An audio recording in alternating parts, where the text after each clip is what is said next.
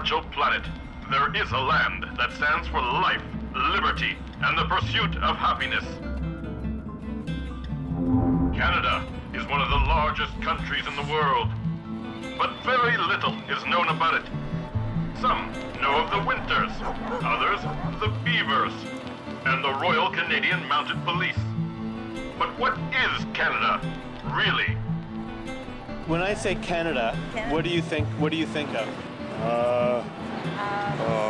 I'm not really sure. I think the first thing that pops into my head about Canada is that there's no guns.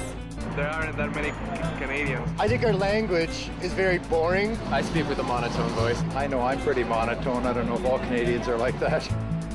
The people are very calm, quiet, not very busy. We're viewed on as being a cold country and not terribly imaginative. It's being incredibly sedate, but, kind of stodgy, certainly in the eyes of the Americans. Without the U.S., Canada is essentially Honduras, but, colder and much less interesting. They say it's boring. Boring. Boring. Boring. Boring. Boring, boring, boring, boring, boring, boring, boring, boring, boring, boring, Canada. Boring, boring, boring, boring, boring, boring, boring, boring, boring, boring, boring, boring, boring, boring, boring, Canada.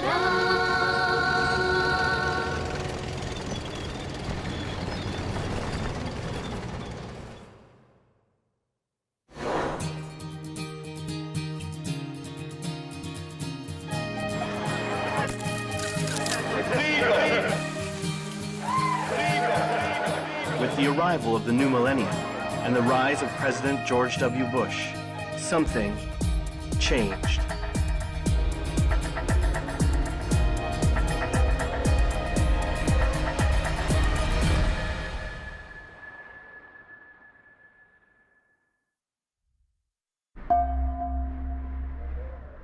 Canada. If it can be a cold country, then at the turn of the millennium, it started to heat up. In 2001, Canada was the first country in the world to legalize medical marijuana. In 2003, the country began looking at decriminalizing all marijuana and legalizing same-sex marriage. Canada, you might say, was on a freedom streak. But Canada lives in the shadow of America, the land of the free. And perhaps for the first time, and in a big way, Canada was trying to choose its own path. Canada has become trouble recently. Canada's relative tolerance of marijuana was setting off alarm bells in the United States. When you act as if you're more tolerant in acceptance of drug use, you get more drug use. It's just you can't sell the opposite to that anymore. And if you try to pretend that you're going to do that, I think you have to be seriously engaged in self-delusion. Was Canada stoned? Although America and Canada had been the greatest of friends, relations took on a new tone. Too white to invade, but too close to ignore. They better hope the United States doesn't roll over one night and crush them. They are lucky we allow them to exist on the same continent. The trouble was just beginning. Pot is popular in Canada. Even some of the country's conservative newspapers want it legal. And many Canadians supported gay marriage. One gay couple had the opportunity to try to take it all the way. I love this guy. I want to spend my lifetime with him. You're talking about the most private adult choice that people make in their lives. In 1981, when we met and fell in love, a gay couple wasn't legally recognized. Michael and I didn't exist as a couple. We might as well have been Martians, the first Martians on Earth. So while the Michaels were getting closer to actual marriage, in the U.S., there were objections. We're here today representing Jesus Christ for the cause of Christ. We want people to realize that we love them, but what they're doing is totally wrong. To think that a man would want to marry a man. It's wrong. Even if everybody says it's right, it's wrong. Right or wrong, by apparent coincidence, both gay marriage and marijuana would arrive at this downtown Toronto courthouse at almost the same moment. Across Canada, gay and lesbian couples had tried for years to be legally married. But in 2003, the lawyer for the Michaels would make the case that denying gays and lesbians this basic human right ultimately endangers them. So my opening statement in the Court of Appeal for Ontario was about how big the case was, and that it's big because it challenges history, practices that are so ingrained that they have themselves become part of history. And that as long as gays and lesbians are not given access to equal marriage, children will still scream faggot in the schoolyard, and gays and lesbians will still get killed because they're gay, and that is all an absolute extension of government-sanctioned hatred and discrimination. On June 10th, when the Michaels learned that the decision was imminent, they rushed down to the courthouse as quickly as possible. We told Leshner to be ready, you know. Yeah, I mean, we told all our clients, if we win, and we win big, somebody needs to get married today. We've got to buy a suit, got to get our hair done, we've got to buy rings. I mean, it was a obviously very unorthodox wedding ceremony. We were in a cloakroom, or I guess a jury room at 361 University. The largest courthouse in Canada. We weren't allowed, even on that day, to get married in a courtroom.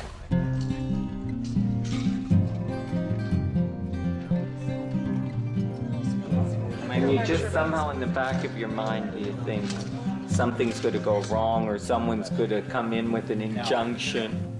That I do not know of any lawful impediment. Why I may not be joined. In matrimony to Michael Leshner. By virtue of the powers vested in me by the Marriage Act, do hereby pronounce you Michael and Michael, publicly and affectionately known as the Michaels, to be lawfully married spouses.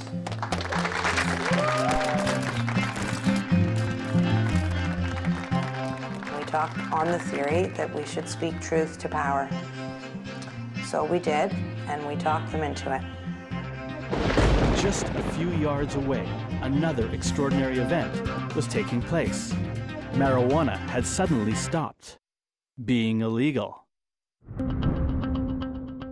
The marijuana story begins in a park a few years before, where a young man was arrested for the possession of a small amount of marijuana. His arrest would later cause the marijuana laws to unravel. Canada's legalization of medical marijuana had quietly thrown the country's prohibition of marijuana itself into question. And on June 10th, the young man's case arrived at this courthouse. This was a young person that just came to see me wanting to get the best possible result he could. And I said, we're going to approach this a little differently, Different, yes. The lawyer effectively argued that marijuana laws, not marijuana, were a danger to Canadians.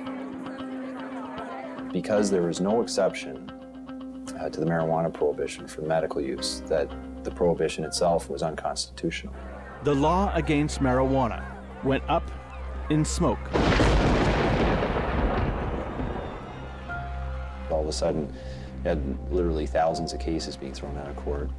The police ultimately put out press releases saying, we're not going to arrest anybody. Just like that, same-sex marriage and marijuana are a go at almost exactly the same moment. 5 years ago, nobody would have contemplated that this was even on the radar screen. And I never thought it would say the registrar shall effective immediately start issuing licenses. Never in my wildest dreams. Here's to us, our lawyers, and Canada, especially Canada. Coincidence, or is it Canada? Either way, on a fine spring day in June, the country set off in a new direction. Marijuana is legal now. This is the only jurisdiction in the Western world where marijuana is quite certain. Meet His Highness, the Prince of Pot. Legal! Even in Amsterdam, even though they've been selling it and buying it and smoking it for 30 years, you can't smoke a big bomber like this on the street in Amsterdam. You have to go inside. When Ontario courts suspend the marijuana laws, Mark Emery, a civil libertarian known as the self-proclaimed Prince of Pot, Prince of Pot, sets out on a summer tour of Canada-wide public pot smoking. Believing that marijuana could be a lucrative and legitimate business, Canadian pot activists consciously promote a corporate image, complete with boardrooms, three-piece suits, and state-of-the-art marijuana inhaling devices. Smoke more pot! Wherever Emery goes, he's usually met by fans who immediately smoke him up. By the time he hits the stage, Emery is usually stoned out of his tree. But to his supporters, he makes even more sense.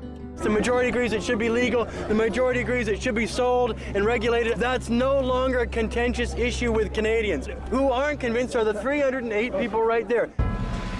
Emery has built an empire on pot seed sales with the goal of fighting the law by simply spreading marijuana.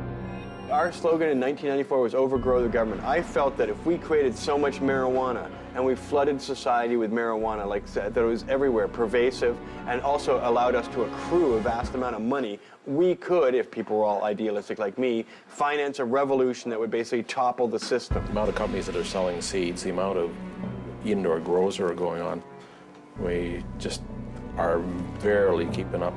I toured 18 cities, trying to make this a Canada-wide jurisdiction. I wanted to go smoke in every province, in all the major cities, and smoke a big, huge joint or a massive bong hit in front of a police station and dare them to arrest me. I've got 22 convictions for marijuana. I've been arrested 17 times, jailed 13 times, raided 5 times, and I still think this is the greatest nation on earth. So, it's up to all of us to maintain that high standard that this is the greatest place on earth, and we're going to keep marijuana legal forever. Here's to marijuana!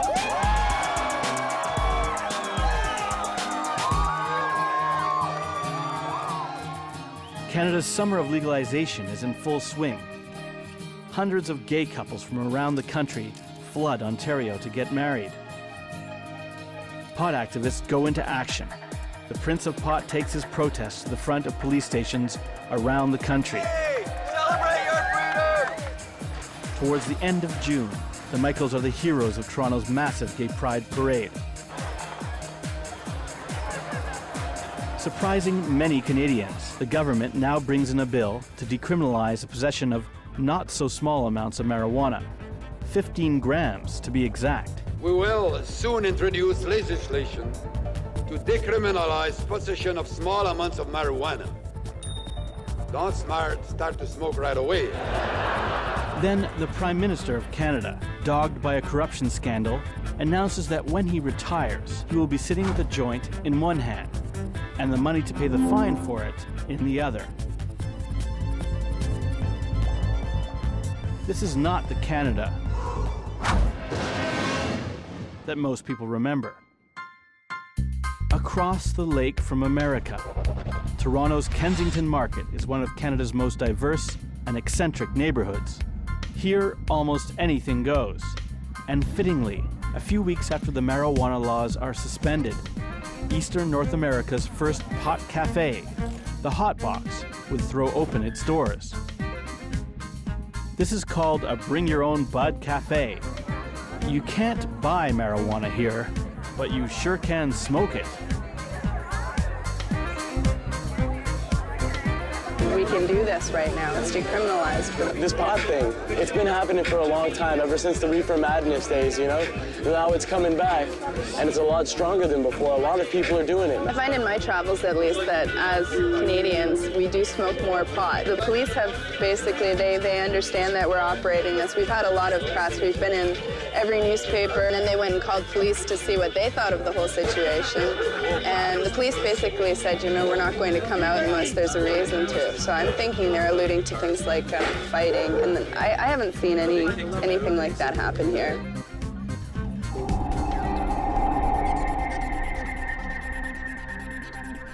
The surprise legalization of gay marriage and possibly marijuana is not the direct product of mass movements.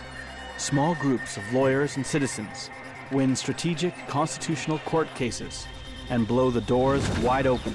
This is Canada's constitutional revolution. But although Canadian courts are choosing freedom and rights, are Canadians.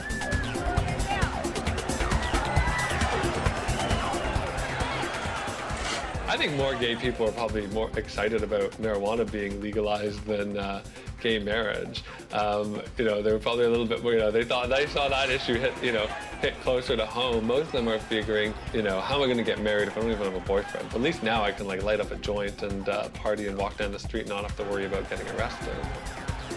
Ironically, it was mainstream and probably heterosexual Canadians that appeared to be the big supporters of gay marriage. When they legalized pot and when they legalized gay marriage at the same time, it also symbolized, it was also, we're not Americans, which is a big part of the Canadian identity, is that we're not Americans. Oh, Americans have the war on drugs. Americans are going to rewrite their constitution to make sure that gay marriage never sees the light of day. So I think that there's also that, even some people that maybe we're on the, you know, kind of on the fence, like, I don't know if marijuana should be legalized.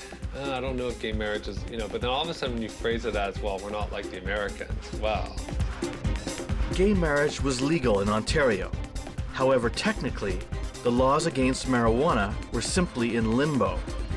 That's when Mark Emery stepped forward with a much simpler word. Legal. Legal. That's legal now. As the summer of legalization continued, support for gay marriage began rippling across the country. It was straight people who pushed for same-sex marriage in Canada, and it's just been the gays and lesbians that have picked up on making it happen. Across the continent, it's British Columbia's turn. A few months later, French Canada, Quebec, legalized.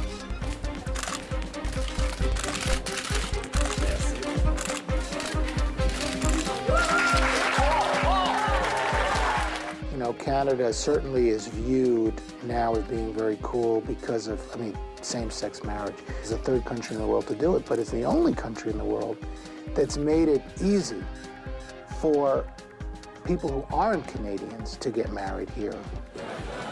Is Canada a cool country to you? Canada, wait, sorry? Is Canada a cool country to you right now? Cool country? Well, it has been for most of its leadership race. I think we had one of the coldest winters on record. Yeah, I think the fact that we are one of the only countries to do it, we might want to look at that and scratch our heads and go, well, maybe there's a reason for that. Like maybe there's a reason why we're one of only 3 countries to do it. Maybe we're wrong. Anybody who thinks that gays and lesbians should be given some other word for marriage, maybe even just that they shouldn't have the freedom to marry, I say go to a wedding of a gay or lesbian couple, and I dare you to say that at the end. Like, you just won't. Because what you experience, and it's really clear just even from the Michaels wedding that so many people saw on television, is that it is in the sameness of the event that so much is accomplished. Now upon the authority vested in me by the province of British Columbia, pronounce you wedded partners for life. Wife and wife.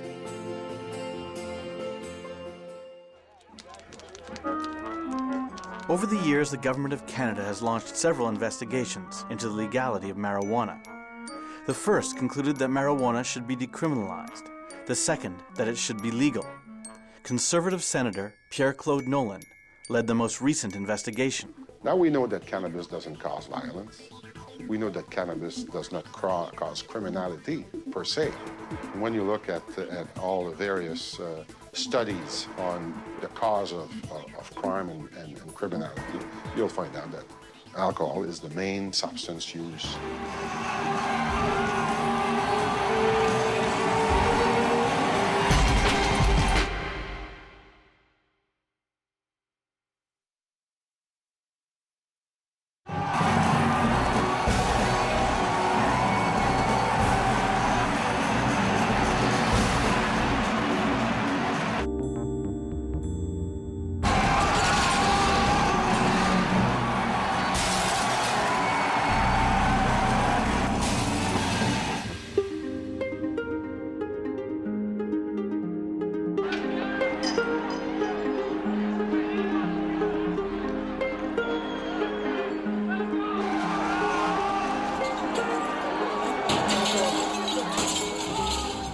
And, you know, the parallel is gambling. It's the exact same thing. Governments ran out of money in the 80s. They needed to fill their coffers. So they worked out a deal to go to legalize gaming. Now it's $11 billion a year industry. It'll be the exact same thing with marijuana. There is a place in Canada where a high-tech, multi-billion-dollar marijuana industry already thrives. According to legend, this is where American Vietnam draft dodgers first invented the continent's most controversial strain of marijuana. In BC, marijuana is not seen as a strange thing. Our #1 cash crop in British Columbia is BC bud. We're at the top of the Dominion building in beautiful downtown Vancouver. Grand Central Station for the marijuana mecca, ground zero for Vansterdam. When people say, "Hi, how are you?" I say, "Hi, how are you?" Welcome to Vansterdam! At one time, homosexuality was against the law, and for that reason, a lot of people hid their inclinations. It took them a certain amount of time to achieve dignity, and then they got to the point where they had clubs and dance clubs and bars of their own, and then those got hassled and raided, and then there was the Stonewall riots, and then all of a sudden since then they've been, you know, 4/5 full humans instead of us. We're kind of in the half and half zone still. Right where Hastings and Cambie meet is the center of town. 1994, a little shop called Hemp BC opened up on this side of the street, and through the sale of seeds and these other cannabis-related items, Mark Emery and those at Hemp BC funded pot activism that eventually led to Amsterdam being #2 on everybody's must-see pot vacation spot. On this block now, you can buy marijuana at least at one outlet, probably two. It's at the BC Marijuana Party headquarters, the Pot TV headquarters. There's the New Amsterdam Cafe. That's a Bring Your Own Bud Cafe. Above that, that's Smokin' Seeds. That's a seed shop. Blunt Brothers is another Bring Your Own Bud Cafe. And basically, you can't buy pot here or sell pot here. But if you bring your own bud, you can smoke it here. Cops raided year after year, time and time again. We gave them lectures, we sang songs, we blew smoke in their face until raiding the pot block was the last thing they wanted to do. But Vancouver will soon take it a step further. This is Dakine, your friendly neighborhood marijuana store. Anyone can walk in here and buy marijuana. There's even a menu and a ventilated smoking room. They are one of these places that consider all use medicinal, so if you went in there and asked to buy some marijuana, if you didn't have a club membership, they'd say, oh, well, do you feel a little stressed, or maybe you have some back pain or stomach problems? There must be something wrong with you.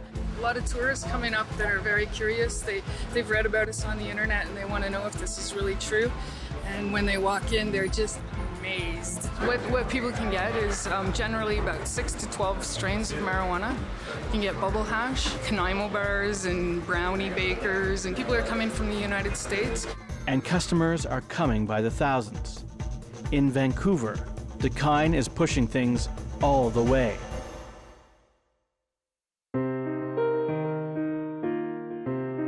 For the adventurous type of American celebrity, suddenly Canada is freedom land. No, spark up, it's cool. Cool, bro. Change law, then it's not illegal in here. What do you think of that? Good idea.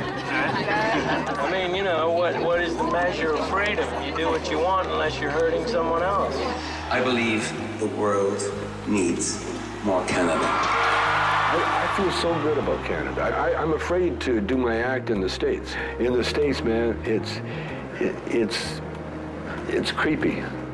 Canada experiences a profitable new kind of tourism.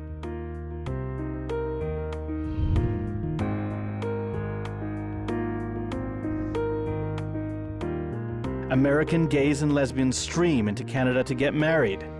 When you think about it, as soon as you pass gay marriage, every gay couple that was thinking for the last 20 years, oh, if only we could get married, are going to do it.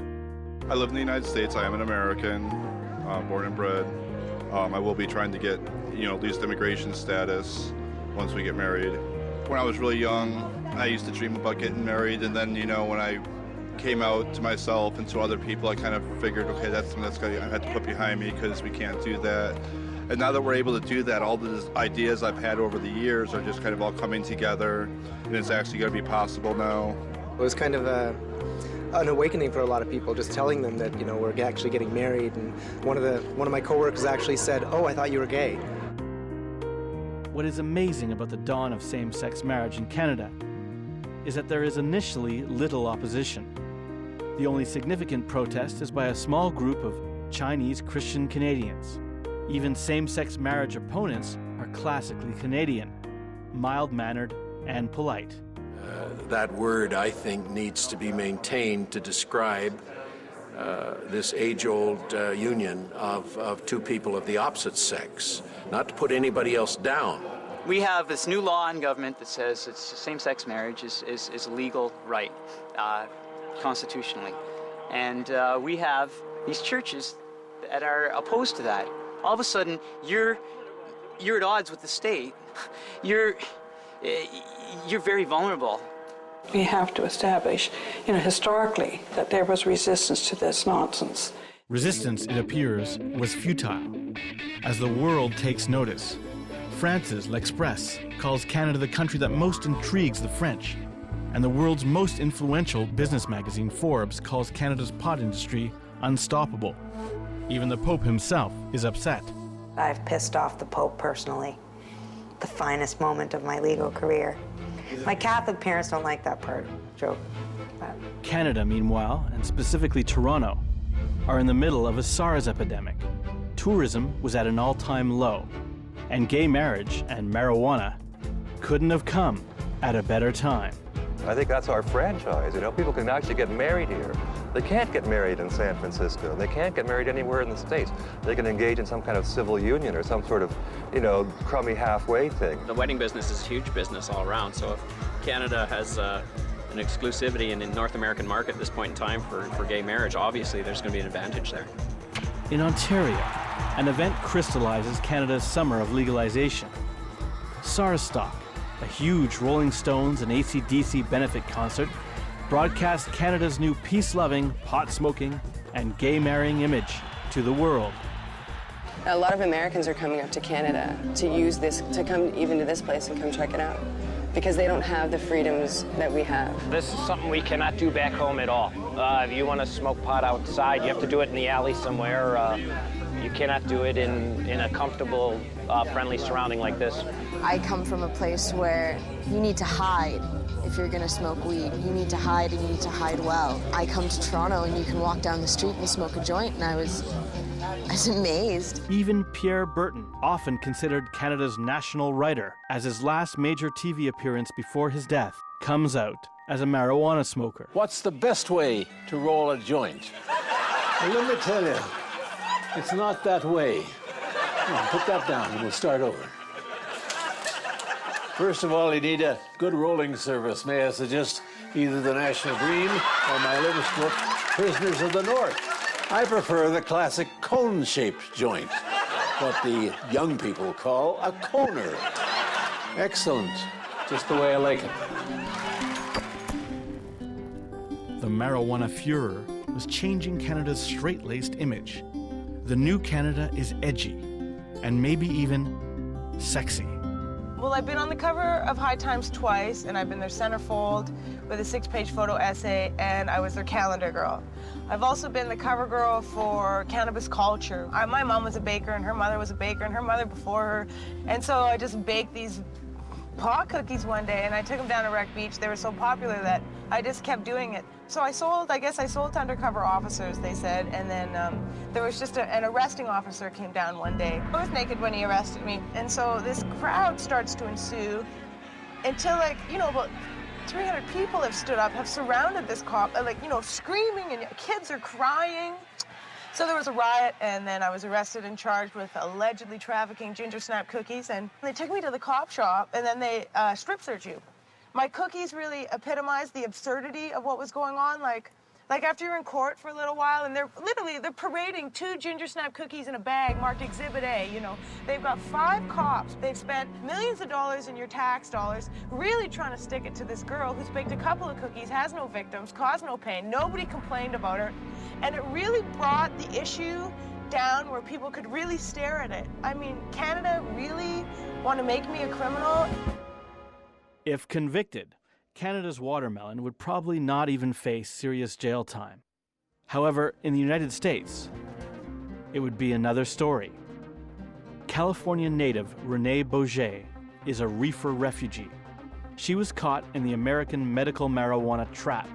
California, where she lived, had legalized medical marijuana. But the federal government often looks at things differently. I was working with a man with cancer and a man with AIDS and cancer, and they were conducting research on medical marijuana. And they were doing everything within the frame of the law because Proposition 215 had just passed, legalizing marijuana for medical purposes.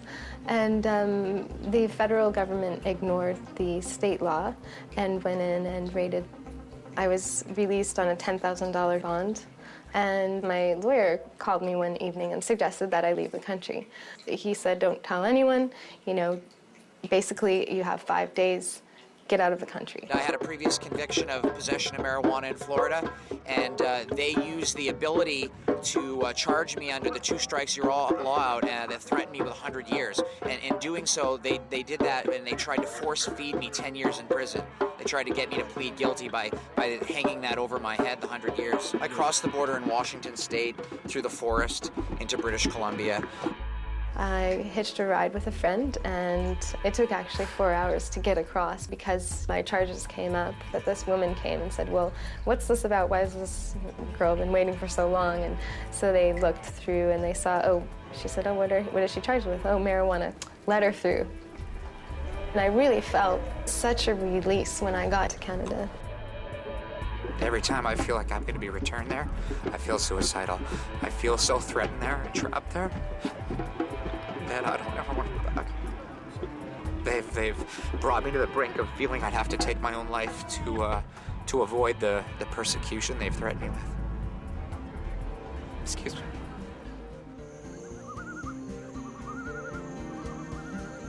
Canada had become an international freedom destination.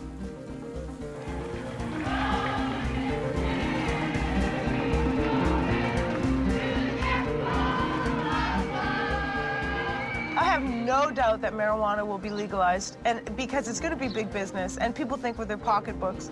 Pot tourists came to get stoned. Gay couples arrived to get married. Reefer refugees came to escape America's harsh marijuana laws. And it was not just the fringe.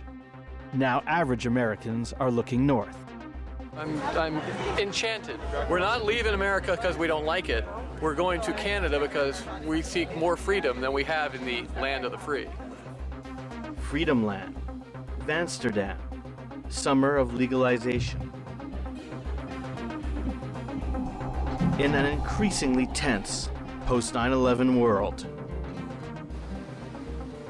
could it have all been just a dream?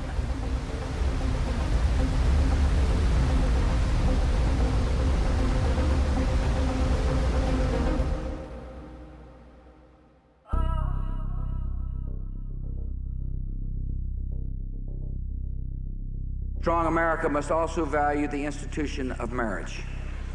As a union of a man and a woman, activist judges, however, have begun redefining marriage by court order without regard for the will of the people and their elected representatives.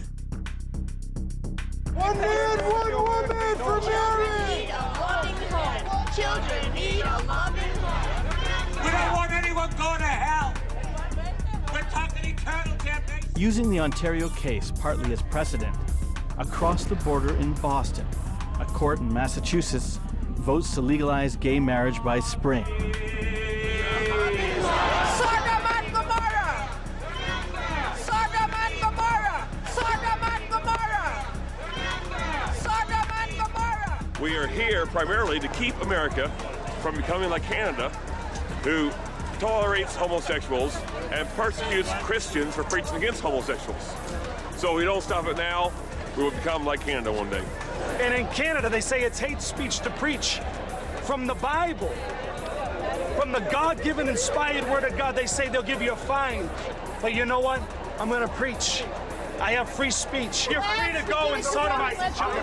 There's going to be so much more divorce in the land, people. What are they going to say when they want to marry my cow? America might end up having marriage with animals, God forbid, but it's a possibility because of... If we start changing the Constitution, what's next? They're going to go and ask for 2 wives and 1 man? Yeah, and then interpreting everything... Me, I love that horse. I want to marry that horse. Betsy was a nice cow, somebody might say. I mean, come on, what are they going to say now? I pronounce you fag and pooch now? Come on.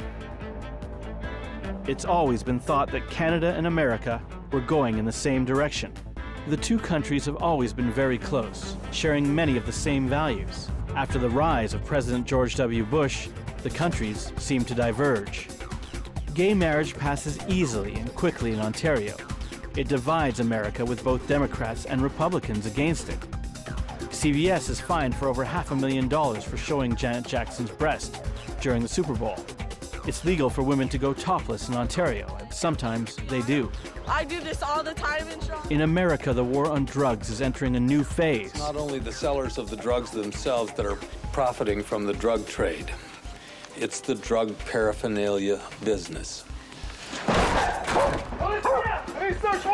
You know, they come in with SWAT helmets and gear and rifles and loaded weapons, kick in the door, come in there, clear, and got the weapons trained on us. And they go through the house, take my computers. At one point, I told my wife, or she told me, this is just like a movie, because it was. There is another important difference emerging between Canada and the United States. The U.S. federal government is cracking down on medical marijuana, drug paraphernalia, and pot seed sales. Medical marijuana and drug paraphernalia are legal in Canada. We are looking at the cannabis superstore. Although technically prohibited, Canadian seed sales are booming. In America, American politicians could be destroyed by any connection to drugs. Canadian politicians almost seem to brag about it. I have tried marijuana, I just never exhaled. But perhaps the biggest rift came when the Canadian government announced that it would not join the United States in the invasion of Iraq. If military action proceeds without a new resolution of the Security Council, Canada will not participate.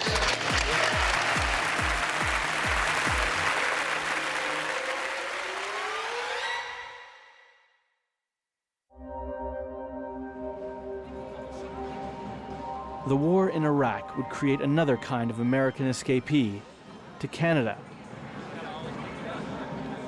As a soldier, I'm not going to give the ultimate sacrifice for causes that can't be justified.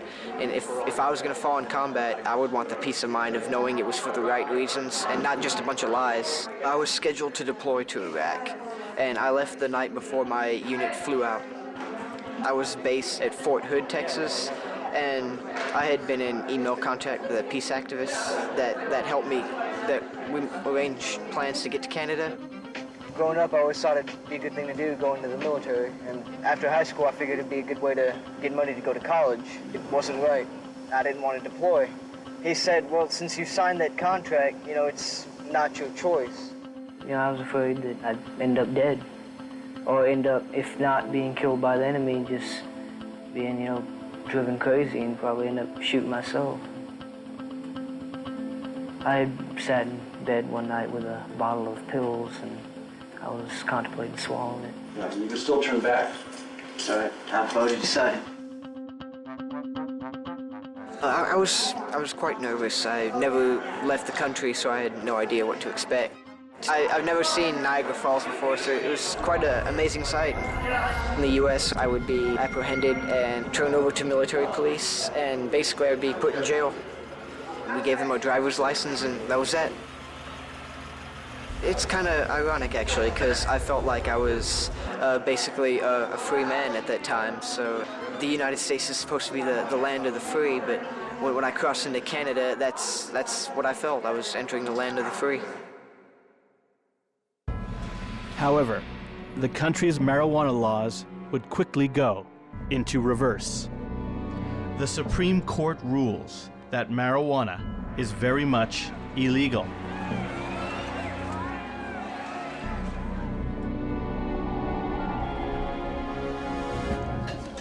We got a bombshell dropped on us. You know, the court struck down that, you know, it's back to being illegal, so now we can get criminally charged again. We're trying not to be too nervous around here. We're going to keep doing what we do, yeah, until we're shut down. It's legal. and then it's not legal, and then it's legal. Not legal.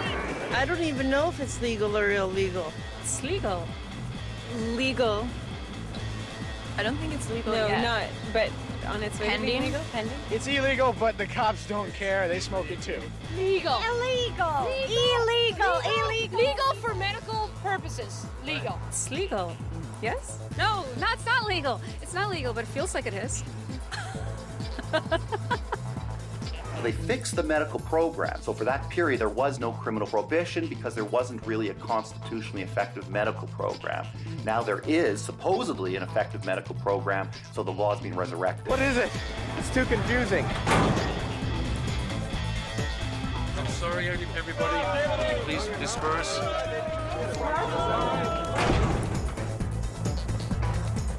It's even worse than smoking pot.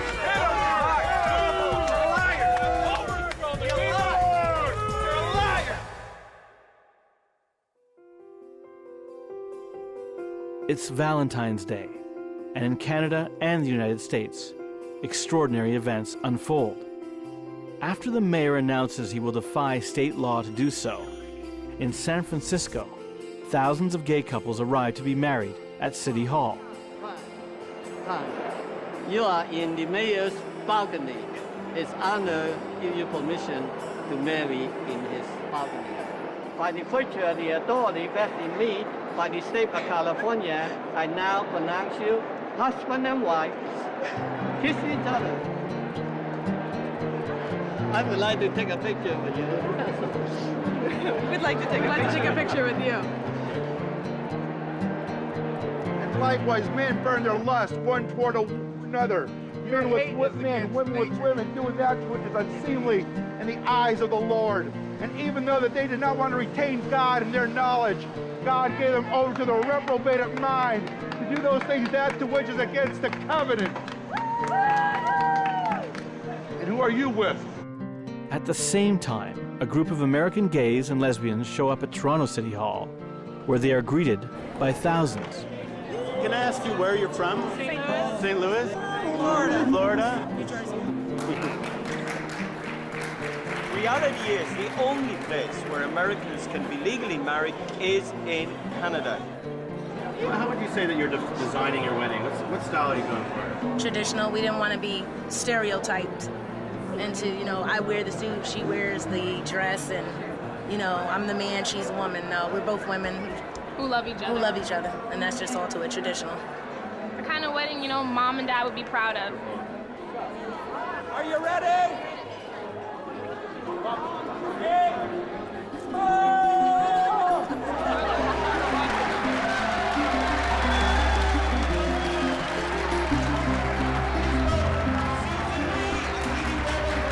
What a historical moment for us on a beautiful, sweet Valentine's Day.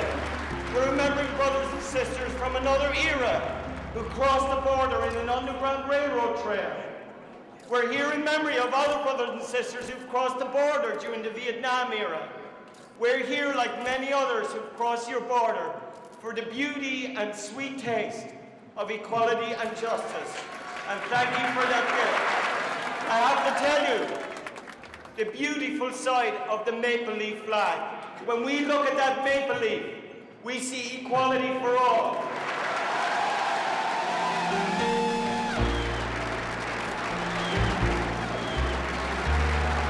In Toronto, people are very proud of our diversity, and part of that is respect for people and respect for their human rights.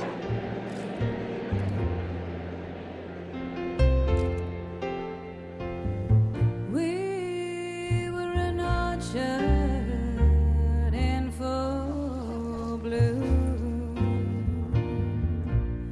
Blossoms. Although I was in a position to legally marry couples, I wasn't allowed to be married myself, even though I was the judge conducting the ceremony for these people. And I'm glad to say that feeling is gone now. Do you, Julia Ballard, take Deanna Arudi to be your lawful wedded spouse, to love and cherish, honor and respect, for richer or poorer, in sickness and in health, for all the days of your life, till death do you part? I love you to the depths of the ocean. I love you to the breadth of the earth and beyond the horizon. I am grateful to the Ontario Court of Appeal, who on June 10, 2003, redefined marriage as the voluntary union for life of two persons to the exclusion of others. I hope that our country will follow Canada's lead. I, Elaine, choose you, Edith and Christian,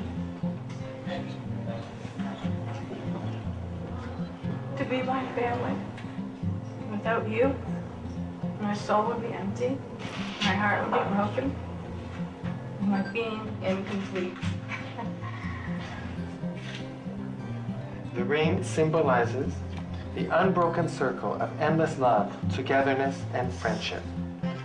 With this ring, I thee wed.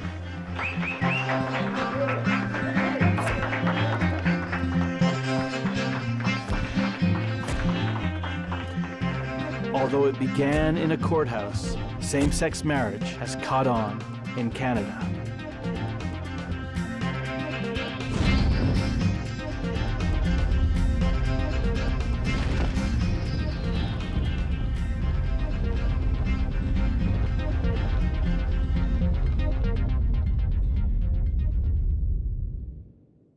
Increasingly, it seems the American right is upset with Canada.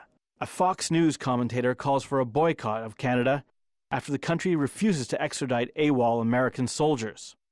Then Americans are going to take action. Are you willing to accept that boycott, which will hurt your economy drastically? I don't think for a moment such a boycott would take place because we are your biggest trading partner. No, it will take place now. I don't think that your in first France, they've boycott lost was done billions too of well. dollars. They've lost billions of dollars in France, according to the Paris Business Review. Bush I may not agree with what he's done, but we should not treat these people like they're heroes because they're resisting war and they're running away. Canada has a proud history of military might. It was World War II that we showed what we can do. And I think that we should stand proud and increase our military spending and stop treating these cowards that are running away as heroes. should be a haven against militarism in the world. I love Canada. As the war in Iraq worsens, a different kind of American refugee is arriving in Canada, the Iraq combat veteran. I lost my job, and I was living with my grandparents, and I just couldn't accept that life, and I had to do something, and I was like, I'm gonna join the Army. They came down and said, you're going to Iraq. And so I thought, I was going to go defend my country, and I was willing at that point to go die to defend my country is what I thought in my mind. I was in a howitzer, a tank-type vehicle, and we went to go check out, there was reports of guys with RPGs, so we went to go confirm it, which was already a bad idea. A bomb blew up when we were driving through, and it was 200-pound bombs, basically just blew up in my face. Later that same day, Anderson was patched up and reassigned as a sentry. And it was calm, and a car comes rolling down the street, and I'm the new guy, so I'm guarding the backside, and everybody else is facing this way. And it comes to my side. I think it's a family, so I don't do anything. They're like, why didn't you fire? Why aren't you firing on this car? I'm like, it's fine, man. We're under no harm. And then the window rolls down, some kids in the back, and it's a mother and father in the front. I can't do this, but I didn't start to think about it on a deeper aspect. Like, I came home for Christmas, I was like, well, why was I over there? Why was I put in this situation? And no one could give me an answer. They ruled out weapons mass destruction. I finally was like, there's no way. I can't do this no more. And it was funny because we drove across Niagara Falls. That was like the first thing I saw coming to Canada. We drove all night through a snowstorm. And I just rolled my window down and just took a breath of air and was just like, I just laid back in my seat and was just, I'm free for now. A jail sentence or at max death penalty. So we're applying for refugee status in Canada. I went to combat and I was ready to die. I got a Purple Heart. I fought in combat. And all them people that are skeptical, they're just sitting on their couch in the United States watching TV with their fat money, and their kids aren't going to Iraq. Their kids are in college. I didn't want to just be hiding at my mom's house. I wanted to have a chance where I came for freedom, which my fellow deserter, the president, so often he talks about, is I want my freedom. War resistance, welcome here. War resistance, welcome here. War resistance, welcome here. War resistance, welcome here. As the stories of deserting soldiers are reported on back home, more soldiers begin to arrive. My name is David. I was formerly with the U.S. Navy. I was a U.S. Marine. I was infantry. I can't see my family or friends. Nikolai Dudek and his wife Jamie snuck across the Canadian border. If you use your social security number in the wrong place, and they'll find out where you are, and they'll send a posse for you. After living in hiding for more than a year, Joshua Key and his wife Brandy brought their 4 children. We all thought there was a purpose to it, to rid the world of evil. But once we got there, soon they found out there wasn't weapons of mass destruction. They had no military. In Canada, the growing contingent of American soldiers is generally warmly received. War is death, peace is life. The time for a change is now. Upset that marijuana seems legal, then illegal again, the pot community mobilizes. Across Canada, pro-pot rallies unfold. In Toronto, an unprecedented massive street march takes place. Is there something especially Canadian about what you're doing today? Well, we're allowed to enjoy our rights and freedoms to a certain extent. You're rolling and protesting at the same time? Oh, yeah!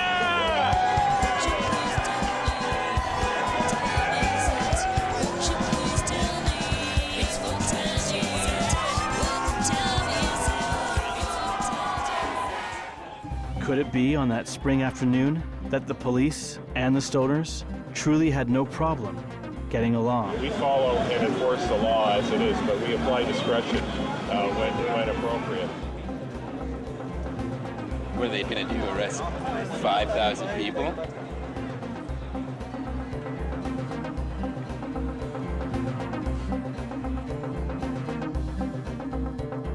Is Canada a nation of stoners?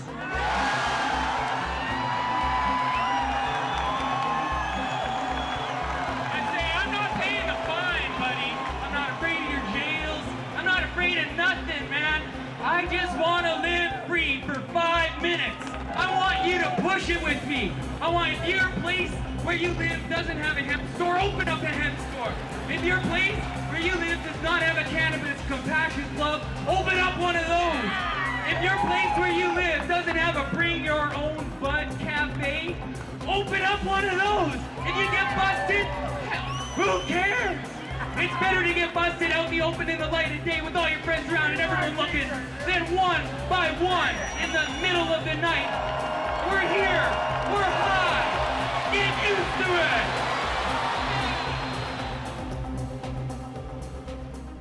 it. And they did open cafes, even though marijuana was clearly back to being illegal. In Montreal, pot activists opened a cafe right across from a police station. No, that could be trouble for all of us now. There's a cop station right down there. I hope you get a good shot of that. Their leader, Hugo Saint-Onge, says he'd like to get himself arrested so he can challenge the law. We are their neighbors. Papier ici pour ceux qui en désirent. OK, bonjour. Bienvenue à ce samedi 29 novembre. Je coupe le ruban. Welcome to the Pot Buzz Cafe, the Cafe Buzz, Canna Buzz Cafe, the Rasta Clot Cafe, the Buzz Clot Rasta Master. Only hours after the cafe opens, the police arrive for a bust.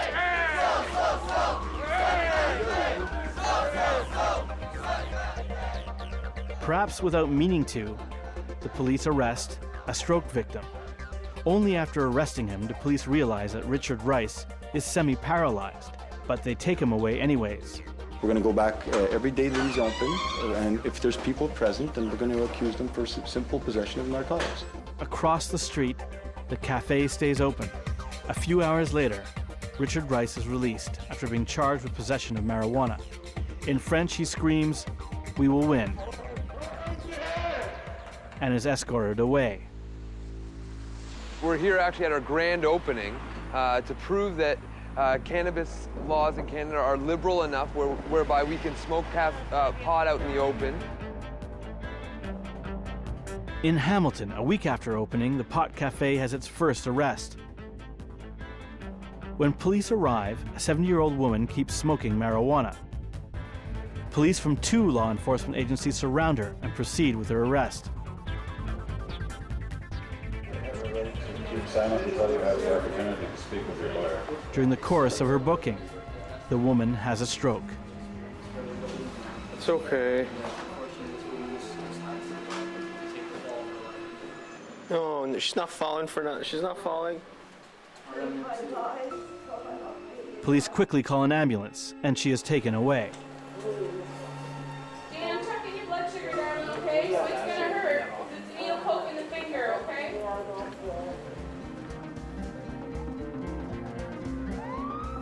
Vancouver. The pot block is on fire.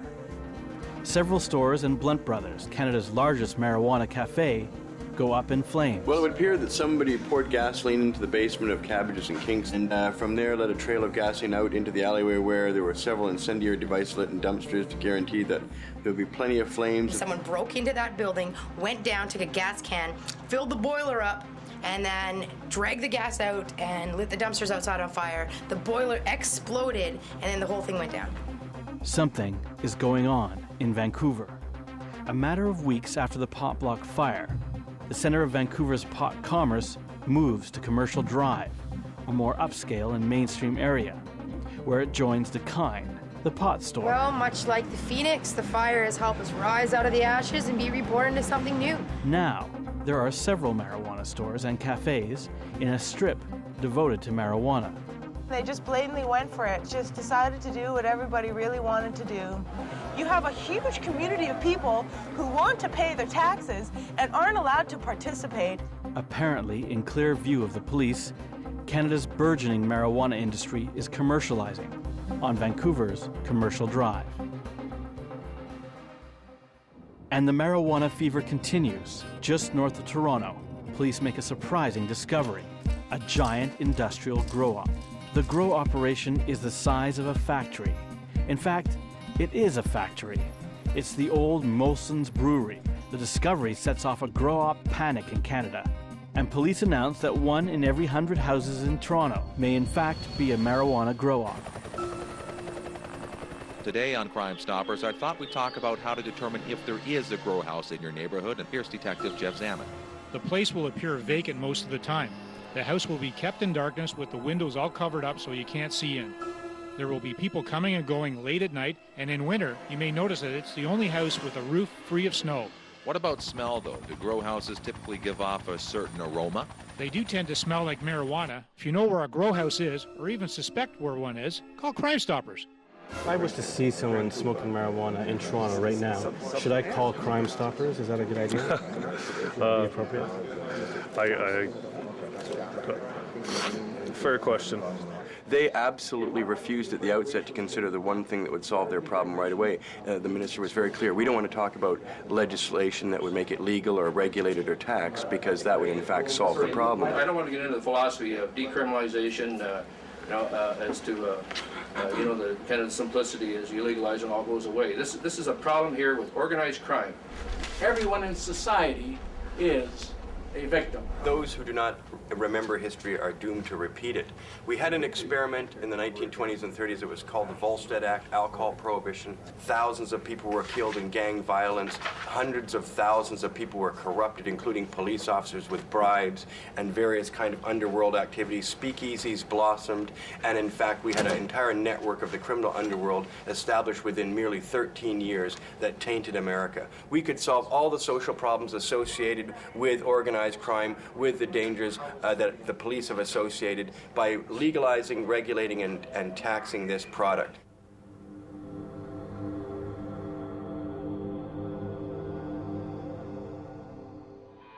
Perhaps no one was listening, but back in Vancouver, the mayor will make a startling announcement.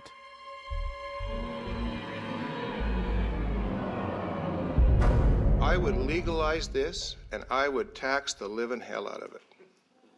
And I would ensure that every single dollar, every dollar of that tax went into the healthcare system. Every dollar. I believe that we'd be in a recession if we didn't have BC Bud. That's a fact. I mean, it is our largest agricultural crop, and it's illegal, and people are dying because of it. Not dying from smoking marijuana, dying from getting shot. All of our drug policies, all of them, are set by the United States. There is no way in hell that the United States drug policy is going to be my moral compass. Thank you. We're a sovereign nation. We should be allowed to make up our own rules. I mean, we had a prime minister who was brave enough to say we aren't going to go to war. Why shouldn't we be able to have a say on what we do within our country? Imagine if the government controlled that and was able to make money off it that would then go back into the system to help people. That's all. The Ministry of Pot, or what are we talking here? Although marijuana is illegal again, a door has been opened. And now, the Canadian marijuana movement prepares to push further than it ever has before. And while Canada moves forward on gay marriage, the U.S. administration promises to move against it. I proposed a constitutional amendment. The reason I did so was because I was worried that activist judges are actually defining the definition of marriage. About the same time in Canada, the Canadian Oxford Dictionary would redefine its definition of marriage. I don't think personally that God is against us. I think God's on our side, and that's why we keep winning. In Canada, gay marriage is spreading quickly. And you can come and take our marriage licenses from our cold, dead hands. But in the U.S., the anti-same-sex marriage campaign is gaining momentum along with the election. And then something amazing takes place. The state of California annuls the weddings of over 4,000 gay couples. In America, same-sex marriage is being wiped off the map.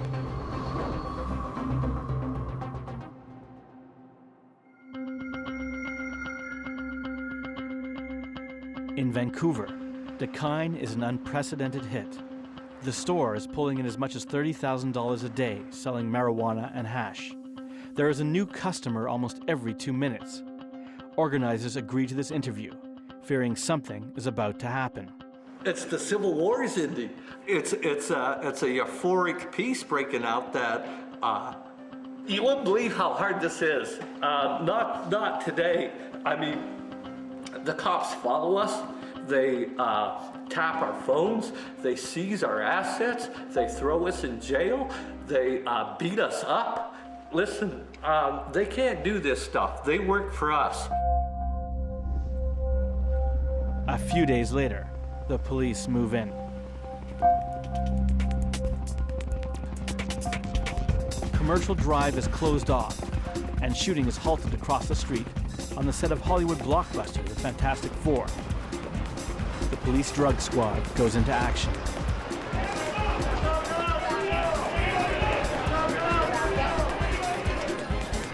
Yep. Sir, you're gonna have to step back, please. Very loud bang. The door was kicked in. Much like you would see in an American movie with a SWAT team in full battle dress. Wearing ski masks, balaclavas with guns drawn. Upon our entry, we entered the store at approximately 5:45 and located 41 people inside. Acting as if we were gangsters. All 7 of the staff members were taken into custody and listed for trafficking. We are members of the community. We're taxpayers. We're citizens. This evening we have executed a warrant at the Dakine Cafe. This is a warrant that we had thoroughly investigated and due diligence. Received a search warrant in a lawful manner. We are now executing that warrant. At this point, we don't believe this has anything to do with compassion or with medical exemptions. This has nothing to do with that. This is open trafficking, and they've been very blatant and in how they've done that, and they've flaunted it as well to the community. Hearing all this yelling, what's this tell you in this neighborhood? Some people in this neighborhood certainly are very angered that you've done this. I think there is overwhelming support by other neighborhood members that want to see this shut down. The role of the Vancouver Police Department is to uphold the law. Thanks, everyone.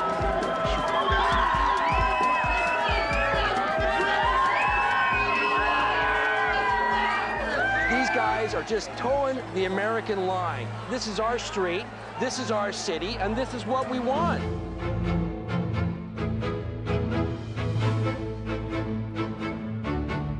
Resistance is futile. I've heard that before. That's the Borg on Star Trek. I'm just telling you. 0 complaints of any harm done.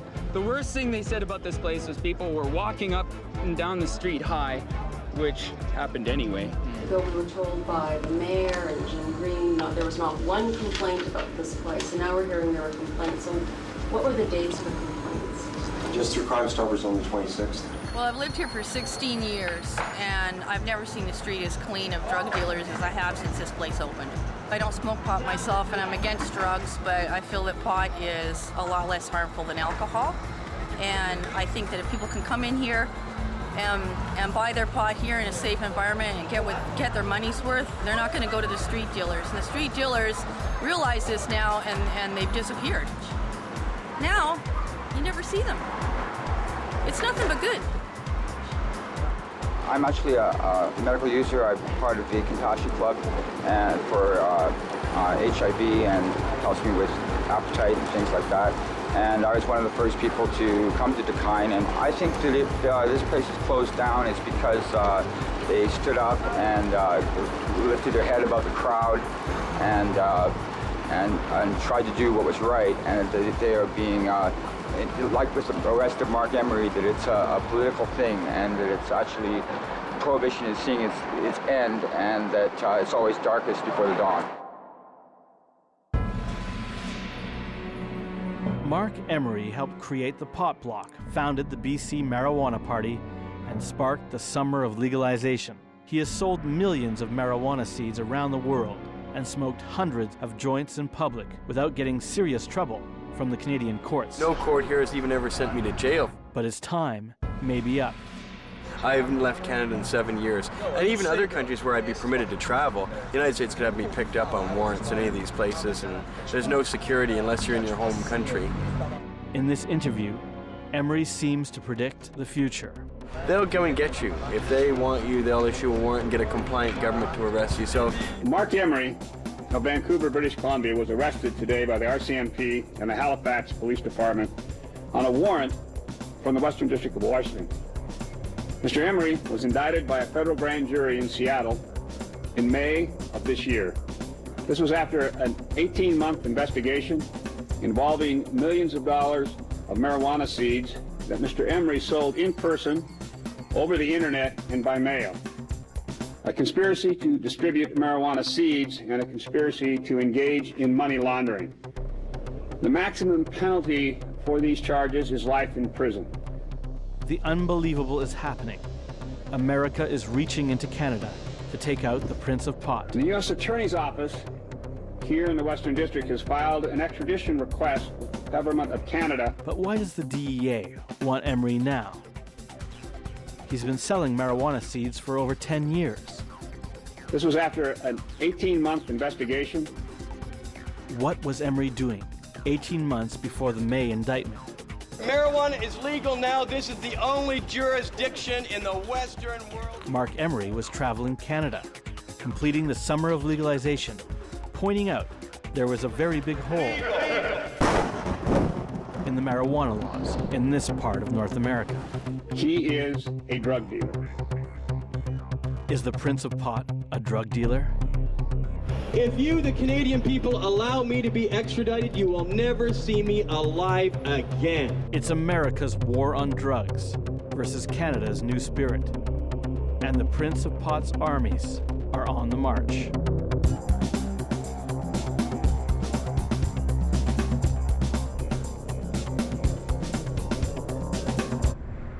Canada may be moving back on the marijuana front, but on gay marriage, it appears to be winning when Canada's Supreme Court okays same-sex marriage.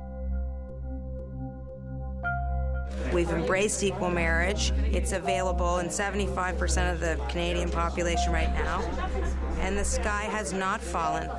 We didn't have to kill people. Children aren't maimed or hurt. Right, and it didn't cost anything. Heterosexuality remains as popular as ever. We can't be defeated now. The war is over. Not so fast. Just across the border, President George W. Bush is re-elected. The President of the United States and America's They said, that you are responsible for Bush's re-election because he made his whole campaign about, anti-equal marriage, and if you hadn't shaken up this whole thing, you know, it wouldn't have happened. Suddenly, the anti-same-sex marriage movement in Canada comes alive. I believe we have to say no to this. If Christians have never risen up before in this country, and they haven't often enough, they must do so now. U.S. money is being pumped into the country, into ads and campaigns, in a last-ditch effort to reverse same-sex marriage in Canada. As Prime Minister, I will maintain the traditional definition of marriage, the union of one man.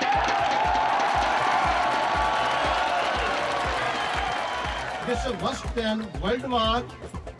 Everybody knows that what happened to Denmark. Their crime rate is increased tenfold. Do you want to destroy your own children? And watch, God will punish us with tsunami, guys.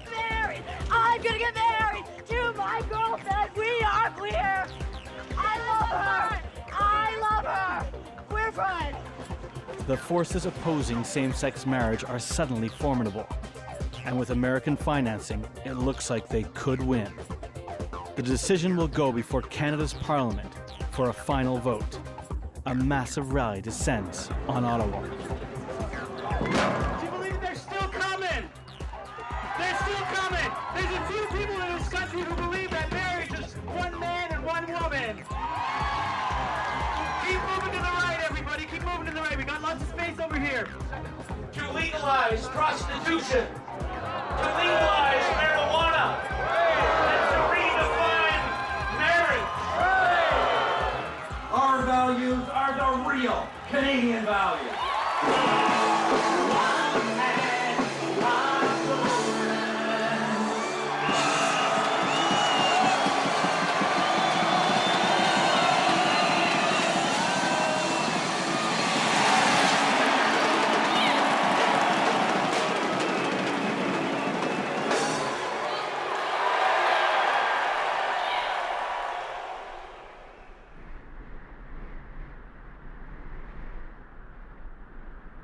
Is this the end of the new Canadian dream?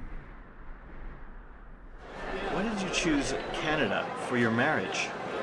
Because it's really the only place you can. You know, it's not a domestic partnership, and it's not a civil union, and it's not any of that separate but equal stuff, but it's like equality. You know, it's something that you never ever in your lifetime thought you'd see. And we're getting married, you know? And I thank God that President Bush has stated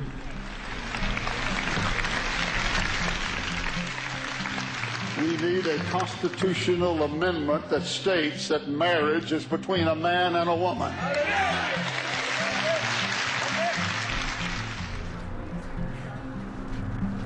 I'm trying to find a correct name for it. This utter, absolute, asinine, idiotic stupidity of men marrying men. I solemnly declare that I do not know of any lawful impediment I've never seen a man in my life I wanted to marry.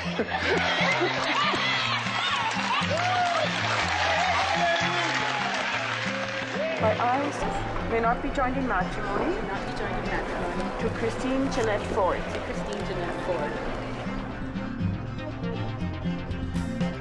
And I'm going to be blunt and plain. If one ever looks at me like that, I'm going to kill him and tell God he died. I call on these present to witness that I,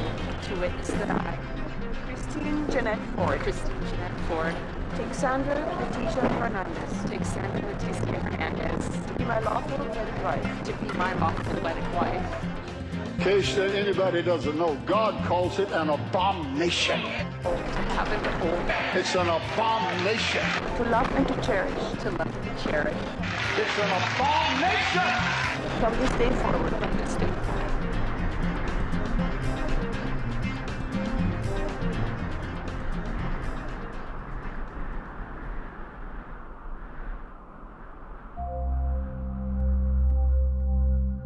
On June 28th, just a few weeks after the massive rally against same-sex marriage, the Canadian Parliament makes history. it passes a vote legalizing same-sex marriage across the entire country. There was not a single protester.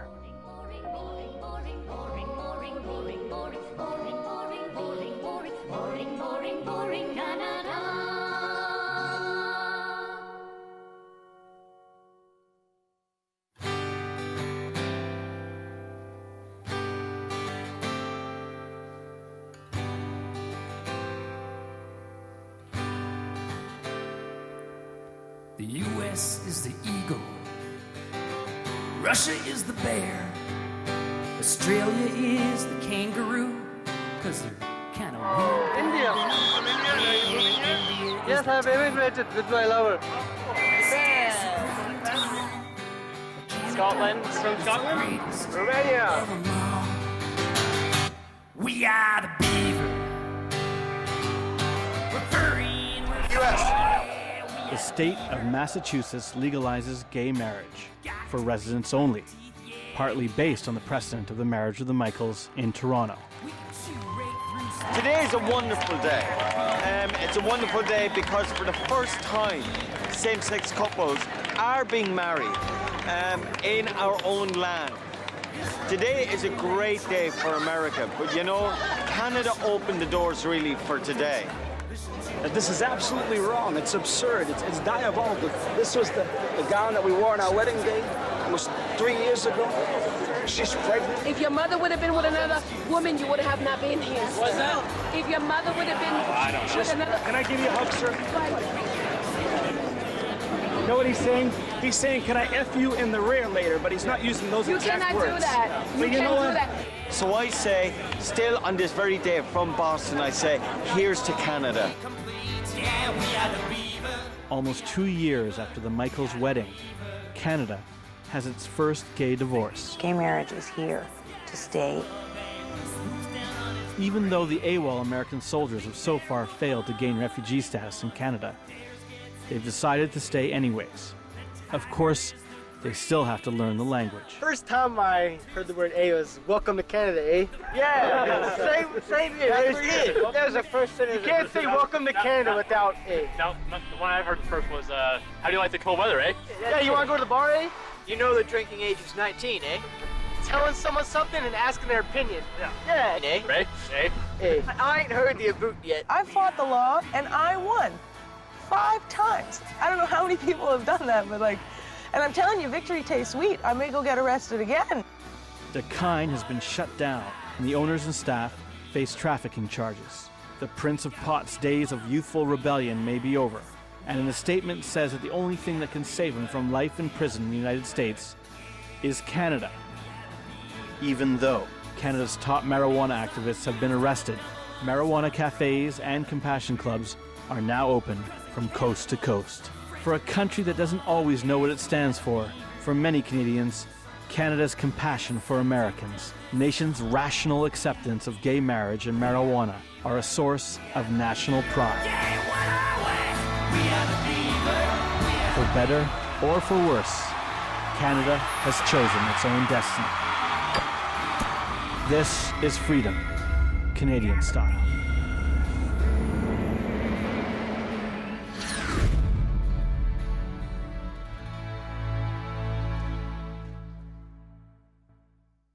The U.S. is the eagle, Russia is the bear, Australia is the kangaroo, because they're kind of weird down there. Yeah, India is the tiger that stands so proud and tall. But Canada is the greatest of them all. We are the beaver. We're furry and we're free, yeah, we are the beaver. We got 2 big front teeth, yeah, we are the beaver.